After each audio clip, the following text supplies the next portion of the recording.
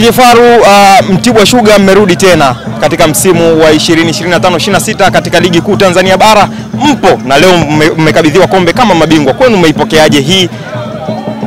Ilikuwa safari ndefu, haikuwa safari nyepesi.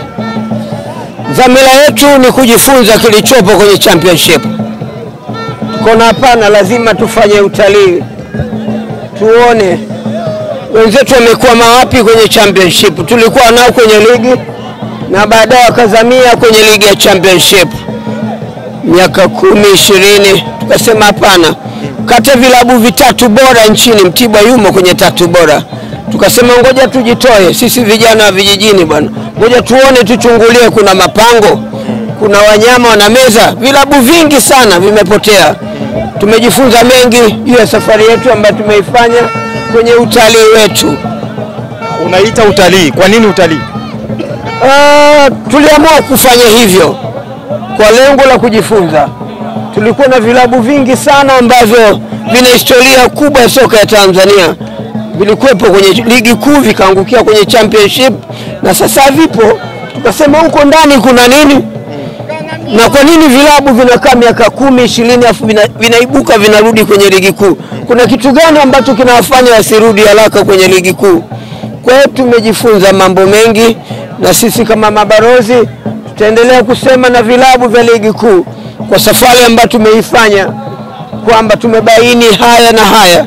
Nadhani itakuwa mwongozo kwao kupitia kwetu kuhabarisha kile ambacho tumekiona, ugumu na uzuri wa michuano ligi ya championship. Mmerejea vyema sasa kwenye ligi kuu. Tutegemee nini kutoka kwa Mtibwa Sugar? Mtibwa si timu ndogo kwenye soka ya Tanzania. Ndio, mkiwa mna kumbukumbu mmeshawahi kutoa ubingwa wa ligi kuu. Historia ambayo haijafikiwa na klabu yoyote Dar es Salaam. Sawa, Simba Yanga wameshatoa ubingwa misimu 2-3.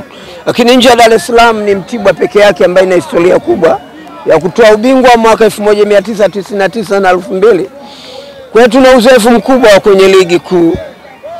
Tuna lengo la kurejesha makali kwenye msimu ujao wa ligi kuu. Tunaamini tuna vijana ambao wamelelewa ndani ya Mtibwa. Hiki ni chuo cha mpira cha Tanzania. Vijana wengi ambao umeona leo hii wameifanya Mtibwa kuweza kung'ala kwenye championship ni vijana wadogo sana ambao tunawatengeneza wawe wachezaji wazuri baadaye vilabu vya ligi kuu na timu ya taifa ya Tanzania. Na lengo la Mtibwa ni kulea pato letu ambalo tunalipata kwenye utengenezaji na ulimaji wa sukari, utengenezaji wa sukari. Lile pato tunaona kuna haja ya kutengeneza vijana wengi. Kwa pesa tunaipata, tutengeneze vijana, taifa lijivunie uwepo wa Mtibwa kwenye mchango wa taifa hili la Tanzania. Wewe nikubaliane nami kwamba baadhi ya nyota ambao unaona msimu ujao utaonekana kwenye ligi kuu ya NBC. Wako wengi wamepita na wamepata mafanikio makubwa na wanacheza vilabu kadha wa kadha na timu ya taifa ya Tanzania. Lengo la Mtibwa ni kutengeneza ili taifa hili liwe na vijana hodari, vijana wazuri. Taifa hili liweze kujivunia mipango mikakati ambayo tunaifanya kama uongozi wa klabu ya soka Mtibwa nchini. Swali hili ningeomba unijibu, japo nadhani inaweza kaa nimuulize kocha. Pengine tutategemea mabadiliko kwenye kikosi, hasa kwenye usajili mpya kutokana na tukiachana na hao ambao wameipandisha timu daraja. Hili swala ni la kiufundi zaidi. Siwezi kuzungumzia swala la kiufundi, ila nasema lazima kutokuwa na mapendekezo ya benchi la ufundi. Na niseme tu kocha Wazi Juma, kocha mkuu ambaye amefikisha Mtibwa hapa kurejea kwenye ligi kuu, ana leseni B.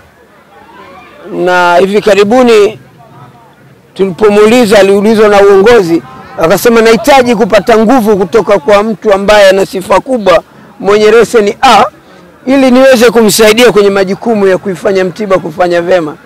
Na nadhani baada ya mjumuisho wa kocha mkuu na kocha msaidizi na makocha wengine watakaa chini waone namna gani waweze kuimarisha timu, wapi waongeze nguvu. Nadhani hili swala la kiufundi zaidi.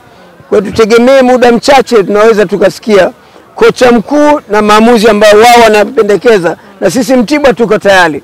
Kwa lolote ambalo watalipendekeza tuko tayari, sababu wao ni wataalamu wa kiufundi. Sisi tuko tayari mradi kuhakikisha kwamba matakwa yao yote tunayatekeleza na kuwa na kikosi bora kwa ajili ya msimu ujao wa ligi kuu ya NBC. Tukimalizia na hili, kuna taarifa yoyote au salamu unawapa wasemaji wa ligi kuu? Ni kweli nimekuwa msemaji nguli kabisa nchini. Miaka 40 sasa, 41-42 toka 1985 ndio msemaji ambaye nimekuepo, mwanzilishi wa nchi hii. Ni wasii tu, ni waombe wale wote wenye zamana kusemea vilabu. Sasa hivi vyombo vya habari vimetapakaa nchi yote. Iko kwenye kijiji watu wameweka radio, iko kwenye kata iko radio, iko tarafa iko radio, iko wilaya iko radio, iko mkoa iko radio, na majiji makubwa nchini. Mimi naomba wasemaji wote, hebu tutengeneze undugu wa karibu na vyombo vya habari vilivyopo kwenye ardhi ya Tanzania, na kusudio lake ili Watanzania waweze kupata taarifa mbalimbali zinazohusiana na vilabu na matokeo mbalimbali ya mpira wetu wa Tanzania. Wasichague sababu yuko Dar es Salaam, yuko wapi, basi abezi baadhi ya redio nyingine zote una block. Hatuwatendei haki wale wamiliki wa vyombo vya habari nchini Tanzania. Niwaombe sana wa Tanzania, wasemaji wa vilabu, hebu tujenge mahusiano mazuri na wanahabari na vyombo vya habari, sababu lazima tuwe mapacha. Msemaji lazima uwe mapacha na mtu wa habari, sababu mimi nikikutenga wewe utafanya vipi kazi? Itakuwa kazi ngumu. Kwa hiyo si sana, tutengeneze mahusiano mazuri sisi kama wasemaji wa vilabu, tutengeneze mahusiano mazuri na wanahabari, ili taarifa mbalimbali hata kule kijijini unapopigiwa simu na mtu kijijini, basi umjali. Na vyombo wa Tanzania walioko kule wanatamani kusikia, tuone maendeleo ya majukumu yetu yanapendwa na wanahabari nchini. Kwa hiyo niwaombe sana, hili la msingi sana kwa vyombo vyote, kwa wanahabari wote Tanzania. Nimeona mimi mwenyewe kasoro najaribu kuwapigia vijana wangu nchi, walau kuwasalimia au kuulizia jambo, mnakuwa mawapi, mmekosea wapi, mbona kuna adhabu hizi na hizi. Huwezi kupata hata siku moja, huwezi kupata, ni ngumu sana. Hawakuambii tatizo ni nini? Kwanza kuwapata ni shida, sababu wameblock baadhi ya namba ambazo zinaingia. Huwezi kumpata hata kama unatambua, wanafinya. Sasa sio jambo zuri sana. Ni wasii wazifungue, waachane na ubaguzi, ili tuone samani sisi wanahabari, sisi wasemaji tunapata samani kutoka kwa vyombo vya habari. Tukifanya hivyo tutakuwa mapacha, tunaendesha shughuli zetu vizuri sana. Okay, sisi tukushukuru sana. Ngoja tumalizie tu.